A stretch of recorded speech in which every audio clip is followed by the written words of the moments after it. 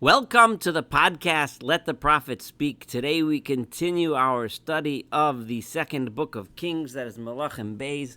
We are now about to start today with chapter 6, that is Perek Vav. We just completed the last chapter, the story of Naaman, who was a servant of the king of Aram, and how Naaman was a high-up officer, basically the hand of the king, so to speak. And he, upon whom the king leaned when he went to pray at this temple of the idol of the nation of Aram. He cured him of tzaraat. We read of the story how Naaman, how Elisha wanted to teach Naaman that Israel is not just a people with a different God that might happen to be a little bit more powerful, but rather it's fundamentally different. Fundamentally, the God of Israel demands from us moral behavior, demands from us proper and appropriate behavior, which is why Elisha refused to take any money, and we learned how Gehazi ruined that. Remember that, because it's going to play a role in what we study together today. And then also remember how Naaman, when he left, he said, I know I swore loyalty to God with a capital G. However, if I am going to be in the service of my king in Aram, I'm going to have to accompany the king into the temple of the God of Aram. And when he bows, I'm going to have to bow. So please forgive me this.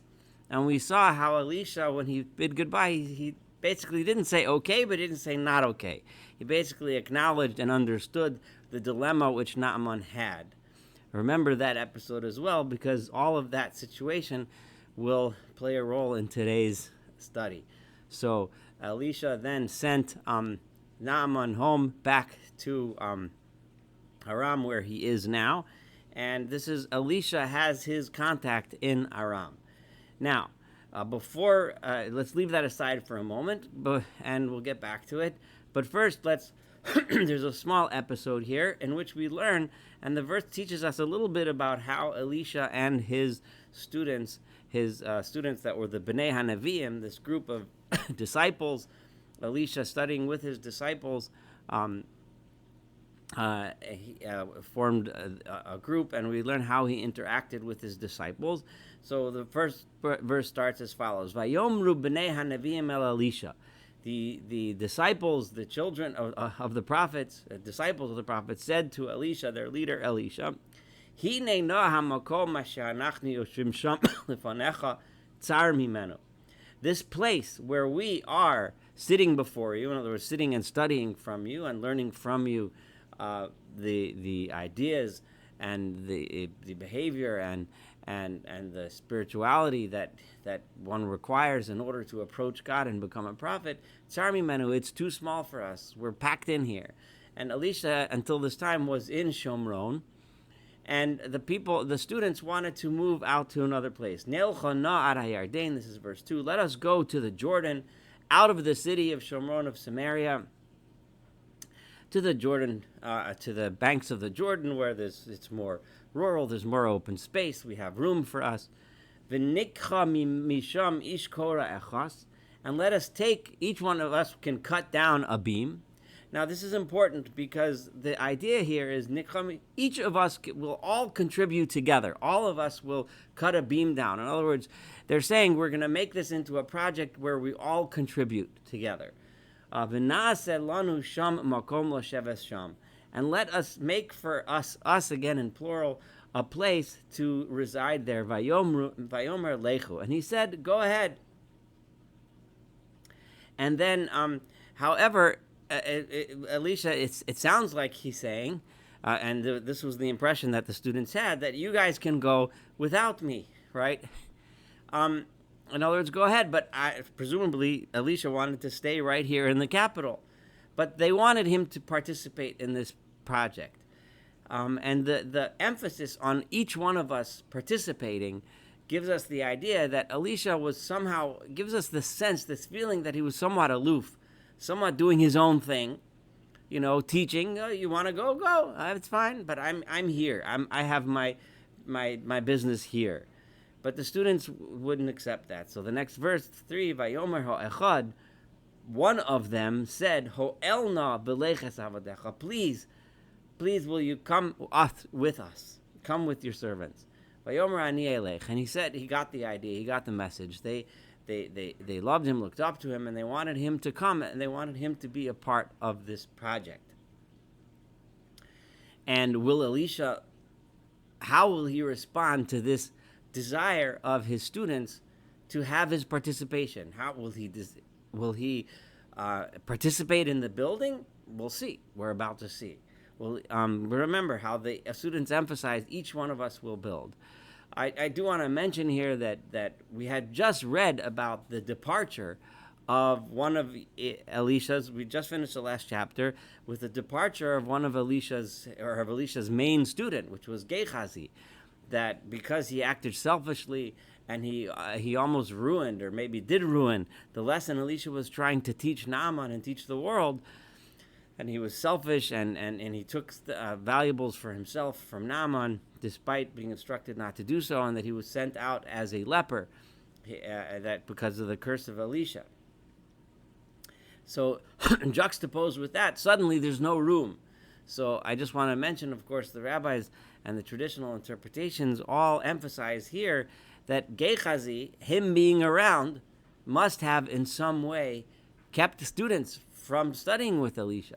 He must have kept people away. He acted like the kind of control over Elisha that kept people away. And when Elisha left, all of a sudden the doors opened, the gates flooded wide open, and all of these students came. That's the impression that one is given by the juxtaposition of these two stories. So here we have Vayelech itam. Elisha went with his students. This is verse 4. Vayavo'u hayardena, and he came to the Jordan. So they're at the banks of the Jordan. There's trees there, and vayigzuru ha'etzim. So they started to cut down the wood as the plan was in order to use the wood to build. Vayehi haqad ma'pil hakorah. And it's interesting how it says the one, which seems like the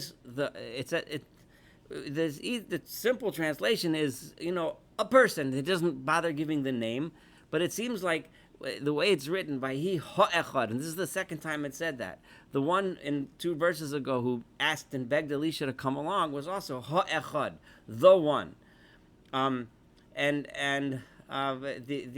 So it seems like this person was probably like the leader of the students, or maybe the replacement for Gehazi. That's the impression that one gets from the feel of the words and the way it's written in Hebrew. So one of them, he was mapil hakorah. He was chopping down his beam, right? V'et habarzel nafal el hamayim, and the barzel, the axe head, the iron axe head, fell into the water. Now I would suggest that you look up on Google images of ancient Israelite and Canaanite axe heads and what they looked like. And, they weren't exactly perfectly fit to the stick that they were on the way they're manufactured today. They did the best they could to fit the axe head onto the top of the handle, which was typically wood. And if you remember, V'noshal habarzel min ha'etz, the story where in the Torah, which discusses the laws of an inadvertent killing, if the axe head flies off the wood while one is swinging the axe and goes on and kills someone, and talks about the laws of inadvertent manslaughter. But so the same idea. So here the axe head falls off. Vayitzak, and he cries out, Vayomer, and he says, Aho Adoni, oh no, my master, V'hu Sha'ol. It was borrowed. In other words, remember, these students are poor, they're impoverished, and Elisha was trying to teach them the importance of studying Torah, of worshiping God, and not for personal gain. So these students were poor, and he had borrowed this axe, and now the most valuable part of the axe, which is the iron axe head, has just fallen into the river. Vayomer Isho Elohim, and the man of God, the prophet of God, said, Ana nafal, where did it fall? Vayarehu el hamakom, and he showed him the place where it fell. And what did Elisha do? Vayiktsav eitz, he cut off a piece of wood, vayashlach shama, and he literally he threw it into the water, vayatzof habarzel, and the axe head floated to the surface. Vayomer haremlach, and he said, go ahead and pick it up, take it, vayishlach yado vayikacheu, so he sent out his hand, and he took it. Now, on the surface of this, many commentaries assume and take this and understand this as a miracle, which is certainly a way to interpret these words. Elisha dropped a stick in the water, and suddenly this iron axe head floats to the surface. And it would fit in the pattern of the miracles that we have seen Elisha do. However, the Ralbag has a fascinating understanding of this, and and I've quoted him many times before, of how a rationalist looks at these kinds of stories. And I want to point out that the Ralbag, it's not just the fact that he didn't want to interpret this as a miracle. When the rationalist commentaries and the rationalist thinkers in the rationalist tradition of Judaism, most famously, of course, the Rambam, when they try to give an explanation of a story like this that's rationalist, that's not miraculous, what they're really trying to do is show you a very deep and very important lesson of the story, which wouldn't come out necessarily if you were to interpret it in a more miraculous, magical, mysterious way. So the story, I want to remind you that I emphasized until now how the verses have emphasized and gave us the impression that the students of Elisha wanted him to participate. They wanted him to be the kind of leader who rolls up his sleeves with with his students and helps them in the building. They wanted him to come along. And over here, the axe head fell in the water. And what does the Ralbag explain? It explains, where is that iron head? And Elisha then took a much larger handle, a wooden handle, like a much larger piece of wood that would fit into the hole, and he stuck it into the water so that it aimed directly for the hole on the axe head, and then and hooked it on.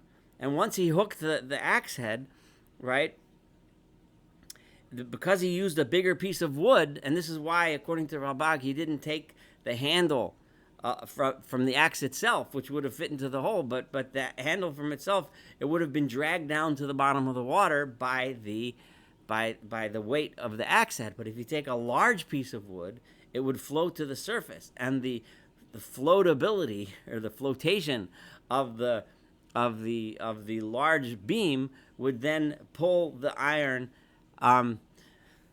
axe head out of the water. And so then what one learns from here has nothing to do with the miracle here.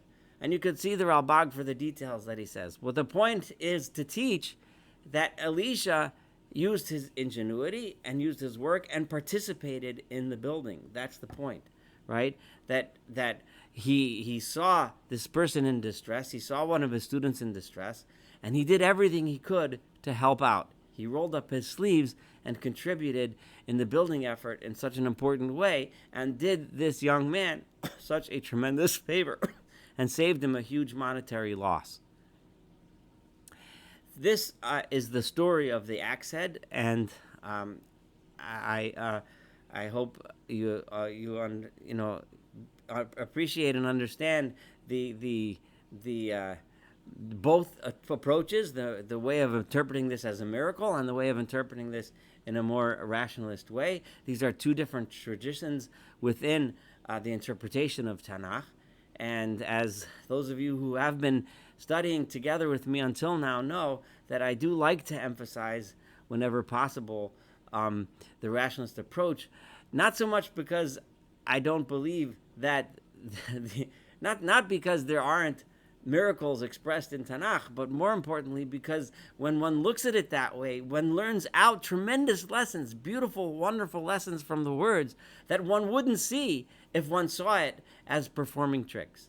Anyway, thank you so much for studying the Torah together with me. Thank you so much for studying the story of Elisha together with me. Thank you so much for studying the beginning of this chapter 6.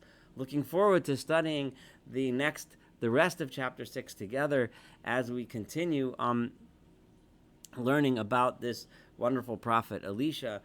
and have a wonderful day.